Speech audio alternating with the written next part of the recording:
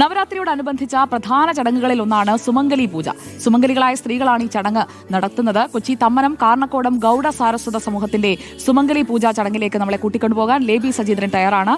ലേബി, good evening. Navaratri കാലം എന്ന് പറഞ്ഞു കഴിഞ്ഞാൽ വ്യത്യസ്തങ്ങളായ കാഴ്ചകളാണ് നമ്മുടെ മുന്നിലേക്ക് എത്തുന്നത്. ഇനിയിപ്പോൾ ആയുധപൂജയ്ക്കായൊക്കെ ക്ഷേത്രങ്ങളൊക്കെ തയ്യാറെടുത്തുകൊണ്ടിരിക്കുകയാണ്. വൈകുന്നേരത്തെ ചടങ്ങുകളുണ്ട്. ഇപ്പോൾ സുമംഗലി പൂജയ്ക്ക് തുടക്കമായോ? എന്തൊക്കെയാണ് അവിടുത്തെ ചടങ്ങുകൾ? Sujaya, good evening. വളരെ വിശേഷപ്പെട്ട ചടങ്ങ് തന്നെയാണ് സുമംഗലി പൂജ. നവരാത്രിയോടനുബന്ധിച്ച് സുമംഗലികളായ സ്ത്രീകളൊക്കെ ഒരു വീട്ടിൽ ഒത്തുകൂടി നടത്തുന്ന ഒരു പ്രത്യേക ചടങ്ങ് തന്നെയാണ് ഇത്. ഇതിനായി എന്തൊക്കെയാണ് തയ്യാറാക്കിയിരിക്കുന്നത് എന്ന് ശ്രദ്ധിക്കാം. ഇതിൽ ഏറ്റവും വിശേഷപ്പെട്ട ഒരു ചടങ്ങ് എന്ന് പറയുമ്പോൾ ഇത് തയ്യാറാക്കുന്നതാണ്. ബൊമ്മക്കുലുക്കൾ തയ്യാറാക്കിയിട്ടുണ്ട്, നവധാന്യങ്ങളുണ്ട്.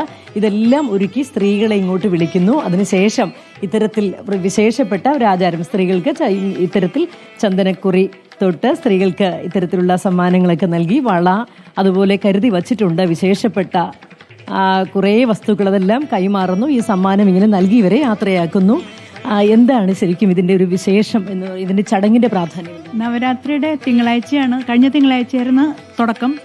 ബാണം എന്ന് പറഞ്ഞിട്ട് ശ്രേയപാത്രം എന്ന് പറഞ്ഞ് ചെയ്തിട്ടുണ്ട്. അത് നറക്കണം ഞങ്ങൾ. അത് കഴിഞ്ഞാൽ നവരാത്രി ആരംഭം. പിന്നെ വൈകുന്നേരങ്ങളിൽ ഇതിന് ആ ശ്രേയപാത്രം ഒന്ന് നമുക്ക് കാണിച്ചു കൊടുക്കാം.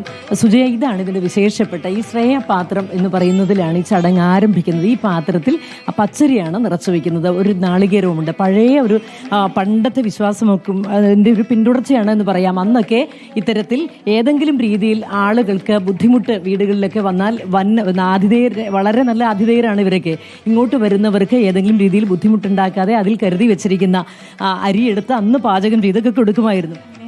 പിന്നെ എല്ലാ ദിവസങ്ങളും ഓരോ സ്ത്രീകളെ വിളിച്ചിട്ട് കുങ്കുമം ഒക്കെ കെട്ടും. എന്തൊക്കെയാണ് ഇപ്പൊ നിങ്ങൾ അണിയിക്കുന്നത്? ഈ ചടങ്ങിന്റെ പ്രാധാന്യം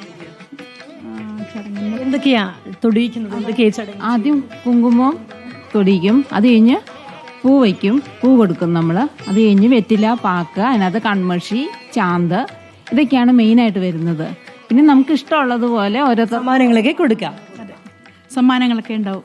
ഇതൊക്കെയാണ് സുജയ നോക്കുക. ഇതാണ് ഈ സമ്മാനമായി ഓരോരുത്തർക്കും നൽകുന്നത്. ഇത്തരത്തിൽ ഇവിടെ വരുന്ന സുമംഗലികൾക്ക് ദീർഘ സുമംഗലി ആയിരിക്കാനാണ്, നെടുമംഗല്യത്തിന് വേണ്ടി തന്നെയാണ് ഈ ആചാരം അനുഷ്ഠിക്കുന്നത്.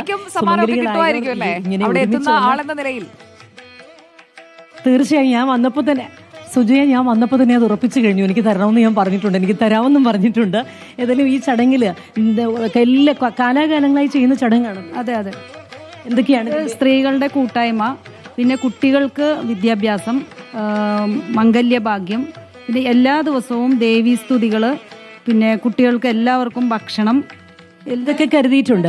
നോക്കൂ സുജയ, ഇന്ന് പർപ്പിൾ. ഓരോ ദിവസവും സുജയ്ക്ക് അറിയാവുന്നതാണല്ലോ ഈ ഐതിഹ്യമൊക്കെ. ഓരോ ദിവസവും നവരാത്രിയിൽ ഓരോ നിറങ്ങളുണ്ടല്ലോ. ഇന്ന് പർപ്പിളാണ്. അതനുസരിച്ചാണ് പർപ്പിളിനോട് സാമ്യമുള്ള ഡ്രസ്സൊക്കെ ഇട്ട് ഇവരിങ്ങനെ ഒരുങ്ങി വന്നിരിക്കുന്നത്. അതുപോലെ തന്നെ കുട്ടികളുടെ ഒരു പ്രാധാന്യവും പറഞ്ഞല്ലോ. നമ്മൾ ആയുധ പൂജയും പുസ്തകം പൂജ വയ്ക്കുന്നതും ഒക്കെ പറയുമ്പോൾ ഇവിടെ സുമംഗലിമാർക്ക് നെടുമംഗല്യവും വിദ്യാർത്ഥികൾക്കും കുട്ടികൾക്കുമൊക്കെയായി പ്രത്യേക ചടങ്ങുകളൊക്കെ ഇതിന്റെ ഭാഗമായി ഉണ്ട് കേട്ടോ. ഇതൊക്കെ കുട്ടികൾക്കായി കരുതി വെച്ചിരിക്കുന്നതാണ്. പാവയുണ്ട്. ഇത്തരത്തിലുള്ള കുട്ടികൾക്കും വിശേഷപ്പെട്ട ഈ ചടങ്ങിന്റെ ഭാഗമാകാൻ സാധിക്കും.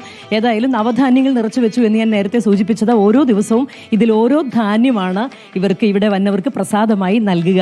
ഇന്ന് ഇത്തരത്തിൽ ഇതിലെ ഒരു ധാന്യം വച്ചിട്ടുള്ള ഭക്ഷണവും ഒക്കെ ഇവിടെ തയ്യാറാക്കി വെച്ചിട്ടുണ്ട്. ഏതായാലും ഇത്തരത്തിൽ വളരെ വിശേഷപ്പെട്ട ഒരു ആചാരം തന്നെയാണ് ഈ സുമംഗലി പൂജ. അതിനായി തയ്യാറെടുത്തു. സാധാരണഗതിയിൽ 6 മണിക്കാണ് ഈ ചടങ്ങ് നടക്കുക.